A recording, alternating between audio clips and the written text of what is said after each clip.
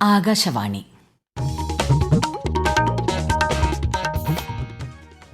നമസ്കാരം. പ്രാദേശിക വാർത്തകൾ വായിക്കുന്നത് Seena Antony.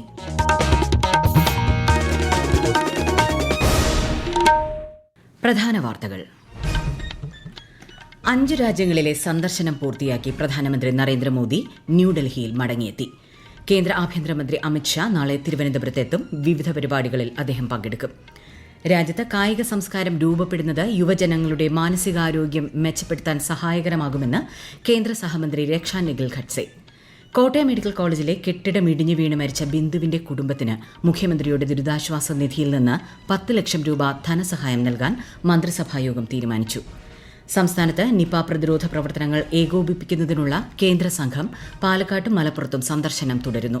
India England test cricket പരമ്പരയിലെ 3ാം മത്സരത്തിന് ഇന്ന് വെസ്റ്റ് മിൻസ്റ്ററിൽ തുടക്കം. വാർത്തകൾ വിശദമായി. 5 രാജ്യങ്ങളിലെ സന്ദർശനം പൂർത്തിയാക്കി പ്രധാനമന്ത്രി നരേന്ദ്രമോദി ന്യൂഡൽഹിയിൽ മടങ്ങിയെത്തി. Ghana, Trinidad and Tobago, Argentina, Brazil, Namibia എന്നീ രാജ്യങ്ങളാണ് പ്രധാനമന്ത്രി സന്ദർശിച്ചത്. ഈ രാജ്യങ്ങളും ഇന്ത്യയുമായുള്ള ബന്ധം കൂടുതൽ ശക്തിപ്പെടുത്തുന്നതിനെക്കുറിച്ച് പ്രധാനമന്ത്രി മോദിയും രാഷ്ട്രതലവന്മാരുമായി ആശയവിനിമയം നടന്നു. റിയോ ഡി ജനീറോയിൽ നടന്ന ബ്രിക്സ് ഉച്ചകോടിയിലും അദ്ദേഹം പങ്കെടുത്തു. ബിജെപി മുതിർന്ന നേതാവും കേന്ദ്രമന്ത്രിയുമായ അമിത്ഷാ നാളെ തിരുവനന്തപുരത്തെത്തും. മറ്റന്നാൾ ബിജെപിയുടെ പുതിയ സംസ്ഥാന കാര്യാലയം അദ്ദേഹം ഉദ്ഘാടനം ചെയ്യും. പുത്തരിക്കണ്ടം മൈതാനത്ത് തെക്കൻ ജില്ലകളിലെ ബൂത്ത് ലെവൽ നേതാക്കളെ അഭിസംബോധന ചെയ്യുന്ന അദ്ദേഹം ബിജെപി സംസ്ഥാന നേതൃയോഗത്തിലും പങ്കെടുക്കും. കണ്ണൂർ തളിപ്പറമ്പിൽ ശ്രീ രാജരാജേശ്വര ക്ഷേത്രത്തിലും കേന്ദ്രമന്ത്രി ദർശനം നടത്തും. രാത്രിയോടെ അദ്ദേഹം ഡൽഹിക്ക് മടങ്ങും. രാജ്യത്ത് കായിക സംസ്കാരം രൂപപ്പെടുന്നത് യുവജനങ്ങളുടെ മാനസികാരോഗ്യം മെച്ചപ്പെടുത്താൻ സഹായകരമാകുമെന്ന് കേന്ദ്ര സഹമന്ത്രി രക്ഷാ നിഖിൽ ഖഡ്സെ. കാര്യവട്ടം LNCPEയിൽ പുതുതായി നിർമ്മിച്ച മെഡിക്കൽ സെന്ററിന്റെ ഉദ്ഘാടനം നിർവഹിക്കുകയായിരുന്നു കേന്ദ്ര സഹമന്ത്രി. സ്പോർട്സ് സയൻസിൽ നിരവധി പുതിയ സംവിധാനങ്ങൾ കേന്ദ്രം വിഭാവനം ചെയ്തിട്ടുണ്ടെന്നും അതെല്ലാം സായി കേന്ദ്രങ്ങളിൽ എത്രയും വേഗം നടപ്പാക്കുമെന്നും ശ്രീമതി രക്ഷാ നിഖിൽ ഖഡ്സെ വ്യക്തമാക്കി. വികസിത ഇന്ത്യയിൽ കായിക മേഖലയ്ക്ക് വലിയ പ്രാധാന്യമുണ്ടെന്നും കേന്ദ്ര സഹമന്ത്രി പറഞ്ഞു. കായിക താരങ്ങൾക്കുള്ള എൻഡോവ്മെന്റ് വിതരണവും ശ്രീമതി രക്ഷാ നിഖിൽ ഖഡ്സെ നിർവഹിച്ചു. हमारे देश में बड़े हमारे बीच में कल्चर डेवलप हो, फिजिकली मेंटली हमारे आने वाली जो भी पीढ़ी है या जो भी जनरेशन हो फिट रहे, because nowadays we are seeing lot of problems that mental illness के problem. കോട്ടയം മെഡിക്കൽ കോളേജ് കെട്ടിടത്തിലെ ഒരു ഭാഗം ഇടിഞ്ഞു വീണ് മരിച്ച വൈക്കം സ്വദേശിനി ബിന്ദുവിന്റെ കുടുംബത്തിന് മുഖ്യമന്ത്രിയുടെ ദുരിതാശ്വാസ നിധിയിൽ നിന്ന് 10 ലക്ഷം രൂപ ധനസഹായം അനുവദിക്കാൻ മന്ത്രിസഭായോഗം തീരുമാനിച്ചു. ബിന്ദുവിന്റെ മകൻ നവനീതിന് ജോലി നൽകാൻ തിരുവിതാംകൂർ ദേവസ്വം ബോർഡിനോട് ശുപാർശ ചെയ്യാനും മന്ത്രിസഭ തീരുമാനിച്ചു. സംസ്ഥാനത്ത് നിപ വ്യാപനത്തിനെതിരെ കർശന ജാഗ്രത തുടരുകയാണ്. നിപ ബാധിത പ്രദേശങ്ങൾ സന്ദർശിക്കാനും പ്രതിരോധ പ്രവർത്തനങ്ങൾ ഏകോപിപ്പിക്കാനും കേന്ദ്ര സംഘം മലപ്പുറത്തെത്തി. കേന്ദ്ര ആരോഗ്യ മന്ത്രാലയം നിയോഗിച്ച നാഷണൽ ജോയിന്റ് ഔട്ട്ബ്രേക്ക് റെസ്പോൺസ് ടീമാണെത്തിയത്. വവ്വാലുകളുടെ നിരീക്ഷണത്തിനും സർവേക്കുമായി മറ്റൊരു സംഘവും ജില്ലയിലെത്തും. നിപയുടെ പശ്ചാത്തലത്തിൽ പാലക്കാട് ജില്ലയിലെ തച്ചനാട്ടുകര കിഴക്കുംപുറത്ത് കേന്ദ്ര സംഘം പരിശോധന നടത്തി. വവ്വാലുകളുടെ നിരീക്ഷണത്തിനും സർവേക്കുമായാണ് സംഘം എത്തിയത്. സെപ്റ്റംബർ മാസം വരെ നിപ കലണ്ടർ പ്രകാരമുള്ള പ്രതിരോധ പ്രവർത്തനങ്ങൾ ശക്തമായി തുടരാനാണ് ആരോഗ്യവകുപ്പിന്റെ നിർദ്ദേശം. വിശദാംശങ്ങളുമായി ആകാശവാണി പാലക്കാട് ജില്ലാ പ്രതിനിധി Faisal Alimuth. Pune virology institute, ICMR എന്നിവിടങ്ങളിൽ നിന്നുള്ള സംഘമാണ് പ്രദേശത്ത് പരിശോധന നടത്തുന്നത്. രോഗ ഉറവിടം കണ്ടെത്തുന്നതിനായി പ്രദേശത്തെ വവ്വാലുകളുടെ സ്രവം, രക്തം എന്നിവ പരിശോധനയ്ക്ക് എടുക്കും. ഇതിനായി പ്രത്യേക സംഘം പൂനെയിൽ നിന്നും എത്തും. വവ്വാൽ സാന്നിധ്യമുള്ള എല്ലാ ഇടങ്ങളിലും പരിശോധന നടത്തുന്ന കേന്ദ്ര സംഘം 3 ദിവസം സ്ഥലത്ത് ക്യാമ്പ് ചെയ്യും. ഇതിനിടെ നിലവിൽ ആശുപത്രിയിൽ പ്രവേശിപ്പിച്ചവരുടെ എല്ലാം പരിശോധനാ ഫലം നെഗറ്റീവായത് ജില്ലയ്ക്ക് ആശ്വാസമായി. നിലവിൽ ജില്ലയിൽ 177 പേരാണ് സമ്പർക്ക പട്ടികയിൽ ഉള്ളത്. കേരള സർവകലാശാല രജിസ്ട്രാർ ഡോക്ടർ KS അനിൽകുമാർ രാവിലെ ഓഫീസിൽ പ്രവേശിച്ചു. രജിസ്ട്രാറെ സസ്പെൻഡ് ചെയ്ത നടപടി സിൻഡിക്കേറ്റാണ് റദ്ദാക്കിയത്. എന്നാൽ മിനി കാപ്പനെ പുതിയ രജിസ്ട്രാറായി നിയമിച്ചുകൊണ്ടുള്ള ഉത്തരവ് വൈസ് ചാൻസലർ നേരത്തെ കൈമാറിയിരുന്നു. അതേസമയം കേരള സർവകലാശാലയിലേക്ക് DYFI, AISF സംഘങ്ങൾ നടത്തിയ മാർച്ചുകൾ പോലീസ് തടഞ്ഞത് സംഘർഷത്തിനിടയാക്കി. സംസ്ഥാനത്തെ ഉന്നത വിദ്യാഭ്യാസ രംഗത്ത് ഉയർന്നുവരുന്ന പ്രശ്നങ്ങൾക്ക് എത്രയും വേഗം പരിഹാരം കാണണമെന്ന് പ്രതിപക്ഷ നേതാവ് VD സതീശൻ. 13 സർവകലാശാലകളിൽ 12ലും VC-മാരില്ല. ഇത് സർവകലാശാല പ്രവർത്തനങ്ങളെ ബാധിക്കുന്നുണ്ടെന്നും അദ്ദേഹം പറഞ്ഞു. കീം പരീക്ഷാഫലം റദ്ദാക്കിയ സാഹചര്യത്തിൽ കുട്ടികളുടെ ഭാവി തകരാറിലാകാത്ത വിധം പരിഹാരം കണ്ടെത്തണമെന്നും പ്രതിപക്ഷ നേതാവ് ആവശ്യപ്പെട്ടു. ഈ വാർത്തകൾ ആകാശവാണിയിൽ നിന്ന്. ആകാശവാണി വാർത്തകളും വാർത്താധിഷ്ഠിത പരിപാടികളും All India Radio News Thiruvananthapuram YouTube ചാനലിലും All India Radio News Thiruvananthapuram Facebook പേജിലും AR News_ തിരുവനന്തപുരം ഇൻസ്റ്റഗ്രാം അക്കൌണ്ടിലും AR News_TVM X ഹാൻഡിലും ലഭ്യമാണ്.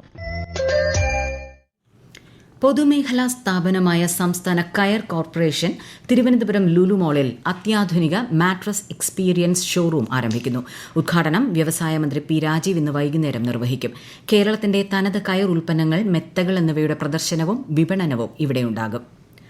കേന്ദ്ര വാർത്താ വിതരണ പ്രക്ഷേപണ മന്ത്രാലയത്തിന് കീഴിലുള്ള കൊച്ചി പ്രസ് ഇൻഫർമേഷൻ ബ്യൂറോ സംഘടിപ്പിക്കുന്ന മാധ്യമ ശില്പശാല കണ്ണൂർ തളിപ്പറമ്പിൽ ആരംഭിച്ചു. ഹോട്ടൽ ഹൊറൈസണിൽ PIB കേരള ലക്ഷദ്വീപ് മേഖല additional director general V. Palaniswami ഉദ്ഘാടനം ചെയ്തു. വിശദാംശങ്ങളുമായി ആകാശവാണി കണ്ണൂർ ജില്ലാ പ്രതിനിധി KO ശശിധരൻ. കേന്ദ്ര ഗവൺമെന്റിന്റെ വിവിധ പദ്ധതികളെക്കുറിച്ച് പ്രാദേശിക പത്രപ്രവർത്തകർക്ക് അറിവ് പകരുക എന്ന ലക്ഷ്യത്തോടെയാണ് PIB വിവിധ ജില്ലകളിൽ ശില്പശാല സംഘടിപ്പിക്കുന്നത്. പത്മശ്രീ P. നാരായണൻ പെരുവണ്ണാൻ, മുതിർന്ന മാധ്യമപ്രവർത്തകൻ VB പരമേശ്വരൻ എന്നിവരെ ആദരിച്ചു. വികസനം സാധ്യമാക്കൽ ബാങ്കുകൾ വഴി എന്ന വിഷയത്തിൽ രാവിലെ ക്ലാസ് എടുത്തു.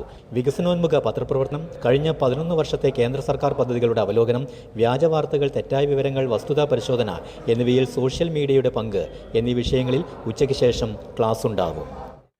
ശബരിമല ക്ഷേത്രനട നാളെ തുറക്കും. പുതിയ നവഗ്രഹ ശ്രീകോവിലിൽ പ്രതിഷ്ഠയോടനുബന്ധിച്ചുള്ള പ്രത്യേക പൂജകൾ ഈ മാസം 12-നും 13-ന് പ്രതിഷ്ഠാകർമ്മവും നടക്കും. മാളികപ്പുറത്തിന് സമീപമാണ് പുതിയ നവഗ്രഹ ശ്രീകോവിൽ നിർമ്മിക്കുന്നത്. ഇന്ത്യ-ഇംഗ്ലണ്ട് ടെസ്റ്റ് ക്രിക്കറ്റ് പരമ്പരയിലെ 3-ാം മത്സരത്തിന് ഇന്ന് വെസ്റ്റ് മിനിസ്റ്ററിൽ തുടക്കമാകും. ലോർഡ്സ് ക്രിക്കറ്റ് സ്റ്റേഡിയത്തിൽ ഇന്ത്യൻ സമയം വൈകുന്നേരം 3:30-നാണ് മത്സരം.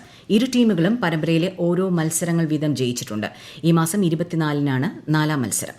വിംബിൾഡൺ ടെന്നീസിൽ ഇന്ന് വനിതാ സെമി ഫൈനൽ മത്സരങ്ങൾ നടക്കും. അരീന സബലങ്ക അമാൻഡ അൻസിമോവയെയും ഇഗ സ്വൈറ്റെക് ബെലിന്ദ ബെൻസിക്കിനെയും സെമി ഫൈനലിൽ നേരിടും.